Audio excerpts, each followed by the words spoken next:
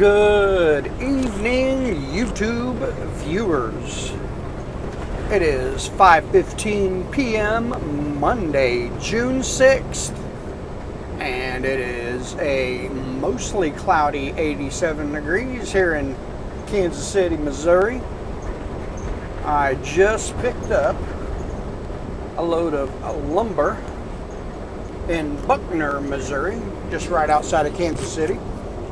And I am taking it to Lakeville, Minnesota. Looks like they are building an apartment complex up there. It's kind of a pretty sky today, don't you think? But anyway, so I want to tell you guys something. Know your weights. Okay, it's really important that you know what your truck weighs empty and what your axle weights are and all that. Because I was just at getting a load of lumber, and my broker told me that he already told them I can only handle 46,000 pounds because my truck weighs 34,000 pounds empty and full of fuel. I don't mind playing the fuel game and keeping my fuel, half a tank or under, or even around a quarter of a tank if I have to, to get a little extra weight on. I'm definitely not afraid of anything like that. But I was getting loaded and my pressure gauge just kept climbing and climbing. And, I didn't have any fuel hardly at all. I was at a week, 1/4. I was probably just a little bit less than 1/4 of a tank. And my pressure gauge was at 65. And this place also has a scale on site. Now the scale isn't long enough for me to fit on all the way, so I split scaled, which is where I weigh my axles. Basically, I pull on with my with my steer axle. I get that weight, and then I pull on with my whole truck, and then I get that weight, and then I pull my truck off of the scale and weigh just my trailer axles. Well,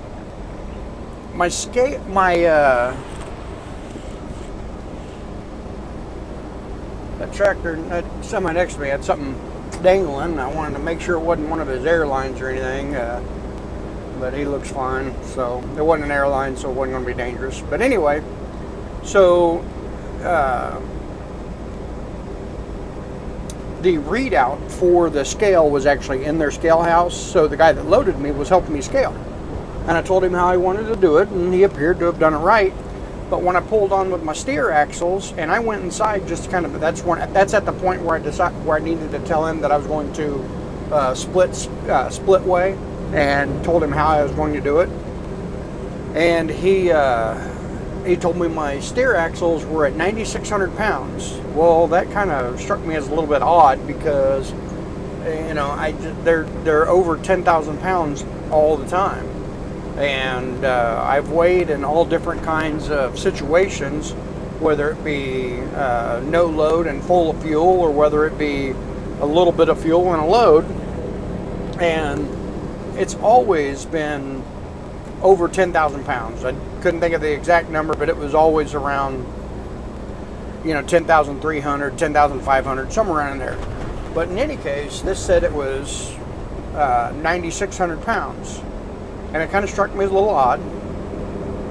And then I got the rest of my weights and did all the math, and I came up to about 78,500 pounds. I think it was about actually 78,600 pounds, actually. And so I thought, okay, I'm good. Maybe my pressure gauge is just being a little difficult today. But it still struck me odd that my steer axle was that weight. So I needed fuel anyway, and it's probably a good thing that I needed fuel, because I went to the Petro truck stop in Oak Grove, Missouri, which I actually like that Petro, and I went to the CAT scale there and weighed, and sure enough, I was over on my total gross weight my gross weight was 80,140 pounds, and my drive axle weight was 34,120. Well, I can only be 34,000 on my drive axle. So that would have been 2 potential tickets if I would have got stopped and weighed at a scale house. But also, my steer axle, which came in at 9,600 pounds at the where I got the lumber, actually came out at 10,240 pounds. So their scale is off by, what, 600 pounds? You know, I mean, that was just crazy, you know. So I, got on the phone real quick because they were due to close, and I definitely needed them to adjust my weight because I wasn't going to try and not use the interstate system all the way up to Minnesota because, I probably could have managed, but, I don't want to. And plus, my drive axle was over, and I wouldn't be able to add on any fuel anyway. So I went back to the place, and man, they were really friendly and really helpful about it. They took off a load or a bundle of 6x6 pieces of lumber. I had it was like 18 8-foot 6x6s that they took off, which is around 2,300 pounds or so. I still wanted to go back and weigh just to see, just to make sure I could fill up. But when I got back, the scale was closed. I don't know why, but they had a big barrel sitting in front of it, so I didn't get the weigh. So with what I just went through, I decided to only put in 100 gallons of fuel, and that put me at a half a tank, which makes my fuel weight about 900 pounds. Diesel fuel weighs 7.1 pounds per gallon, and I have a 270 gallon fuel tank, when in reality, when I fill up, I'm probably more along the lines of 265 or so, because I don't ever really go up to 270. I don't think. I'll fill it up a little bit more than 90%, which is what the fuel tank says. There's the fuel tank says don't fill over 90%, but I do. I don't know anybody that doesn't, but in any case, so yeah, know your weights, and if you think it's a little weird, go double check it. It's only a $12.50, or in this case, it was $13 scale ticket, and if you're a company driver, your company will either reimburse you or you can pay for it with your fuel card, I think, some places. But in any case, yeah, so that's where I'm at. And let me tell you, the cat scale at the Oak Grove Petro is actually pretty nice. It's attached to the Truck-O-Matic truck wash, and they have a pull-up window. Like, you pull up on the scale, and the cashier is right there at the window, just like a drive-through window, and you conduct your business right there at the drive-through window, so you don't even have to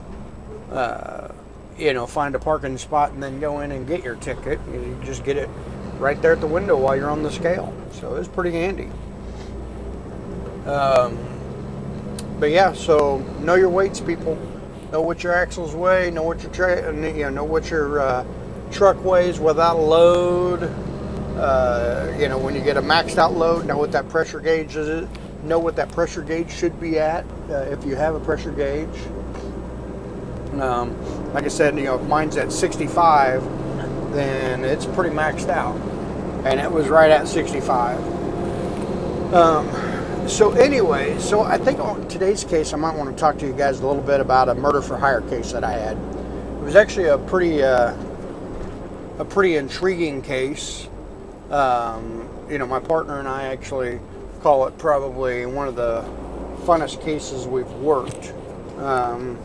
Just because it was just pretty I mean, this guy really wanted to hire somebody to kill his friend. So anyway, so basically what happened is my sergeant came to me one night and said, hey, I need you to talk to this guy that's coming in to give some information. He wants to talk to you. He wants to give some information about his friend who wanted to hire him to kill a guy. And my sergeant told me to talk to him, and then we'll pass it on up to criminal intelligence and let them work it. Because that would be more along the lines of their thing. So that's what we're going to do. Well, the guy that came in, we'll just call him John. I don't remember. I remember the suspect's name. His name was Joel. But anyway, so John comes in and says, hey, my friend Joel, who I've known all my life, wants me to kill this guy Jim, and I don't remember the victim's name, but we'll just call him Jim. But John comes in and says, hey, my buddy Joel wants me to kill this guy Jim, and well, I don't like Jim, but he doesn't need to die, and he literally wants to pay me to kill him. So I get more information from him, and by the time I get done talking to him, I realize that we need to run on this now. This isn't something that, we forward up to criminal intelligence and they get it next week and then they kind of, start their investigation. And, this is something that we need to do now because Joel really wants Jim dead and was willing to pay his friend Joe to do it, or John to do it. So anyway, we end up putting a wire on John, and he sets up a meeting with Joel. Joel comes to his place, and I want to say we knew they were going to be going to a diner in the area to talk about how this is going to carry out. So John had the wire on, and I had a listening device to where I could listen live. The only problem with this listening device is you had to be close, and you almost had to have line of sight. So I positioned my car on a hill on a street that overlooked John's trailer court, and it was a street that is not traveled very often because it's more of an industrial area, and I knew where they were going to be going to the diner, and the diner was not in this direction. Well, they ended up leaving, and they drove down the street that I was parked on. And mind you, the car that I was driving at the time screamed unmarked police car. It was a silver Dodge Charger. It didn't have any markings on it, but it had lights in the windows, and I mean, honestly, it just screamed unmarked police car, in my opinion. Well, they drove by me, and me and my partners, I think I had 2 other cars, and each car I think had two other detectives and or my sergeant in them. And so we end up doing a tail to the diner. Well, when they got to the diner, I parked in a car lot across the street, so I was able to at least be a little bit more camouflaged to where I could still have line of sight and be within listening distance of the listening device. And then I would give updates over the radio. So they're inside, and they're just pretty much hashing this out about what's going to happen. And I told John to give Joel all kinds of outs to not go through with this. Like, I wanted it to be overkill. I wanted him to try and change Joel's mind, just because, ultimately I think that that's what anybody would want in their situation, because what it was Joel was friends with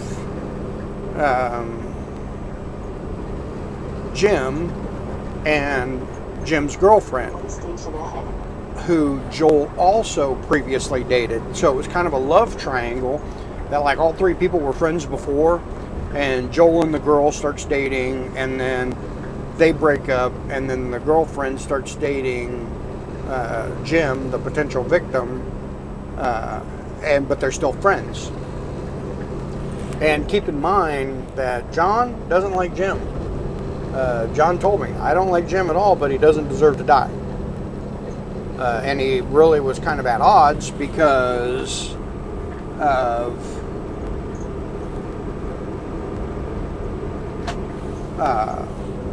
he was really at odds because he's friends with Joel, been friends with Joel all his life, but he didn't think that the guy needed to die, so that's why he came in and gave the information. So anyway, they're hashing all this out, and Joel even shows pictures that he took on a camera, and this is an old enough case that I don't think it was on a phone. I think that that it was a digital camera that he used to take the photos of the victim, and like told him the victim's schedule. The victim, I don't remember the exact times, but like he explained to him that the victim gets up really early in the morning to leave for work at 5 a.m. Well, one of the outs that John gave Joel was to call him before like 3:30 or 4 in the morning to let him know if he really wants to go through with it. Well, Joel was just adamant. Yes, I want you to go through with it. I'm not going to call you. In fact, I'm going to be out of town. He talked about his alibi, how he's going to leave out of town a little bit before that and be at a gas. He's going to purposely pull over at a gas station on the interstate and get gas, so that way he has a solid alibi for when this guy ends up being shot, because he seems to think that he'll be the logical suspect. So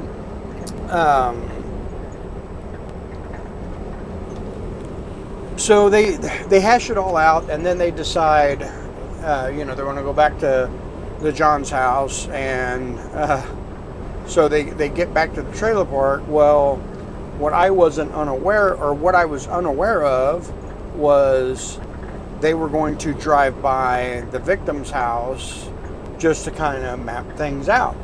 I think maybe there was a time when I was not in range during the tail, and but we ended up working it out and was able to tail them over there, and basically they just kind of drove around the victim's house, just kind of so that way Joel could point things out to John. So everything got all said and done. Joel even, I think, had a down payment because we wanted some kind of money or something to exchange hands, and I want to say he gave John like $100 or $150 or something like that. And what we were going to do was we were going to wait for Joel to leave to start his alibi, and then we were going to stop him and arrest him. So we had constant surveillance on Joel. Well, the alibi time came and left, and then around the time that John was supposed to kill the victim, we decided to do a knock and talk on Joel's house. He lived there with his parents, and I believe he either overslept or something, but in some reason he missed his alibi. And I want to say he had a bag packed as well when we did the knock and talk, because we ultimately conducted a search, and I want to say maybe we found a bag packed and all that as well. But also, though, in the search, we found a diagram of the interior of the victim's house.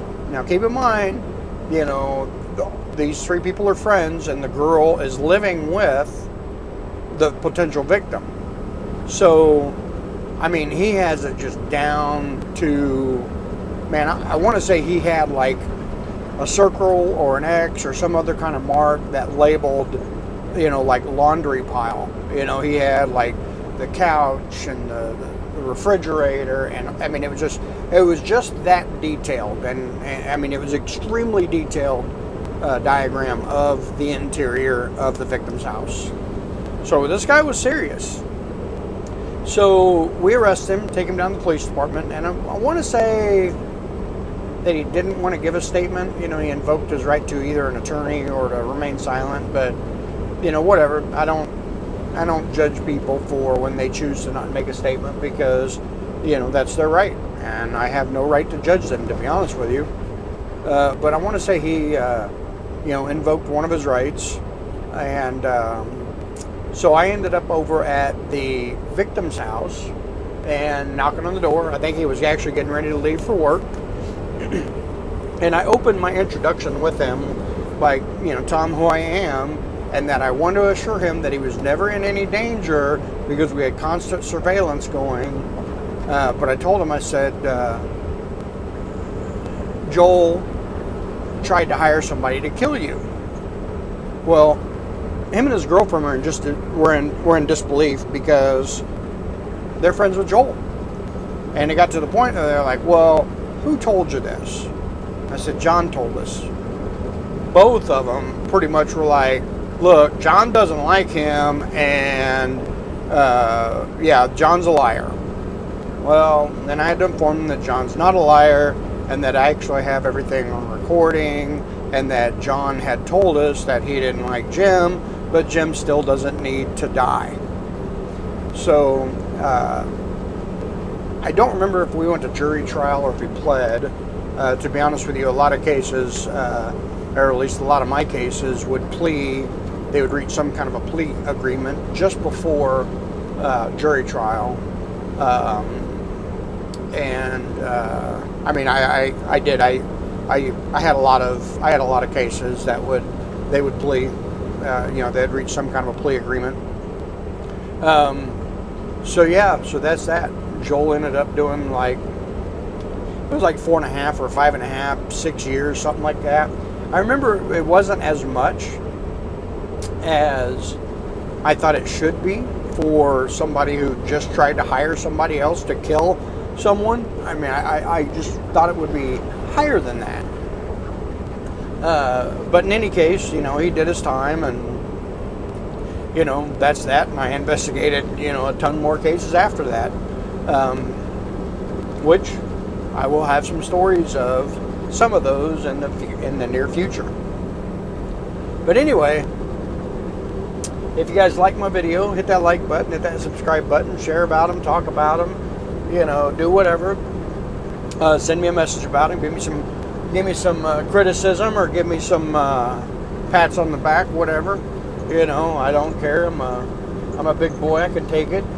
So let's start a conversation, and I'm willing to talk to anybody about almost anything.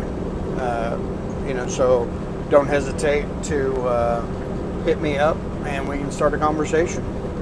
Until next time, have a good day.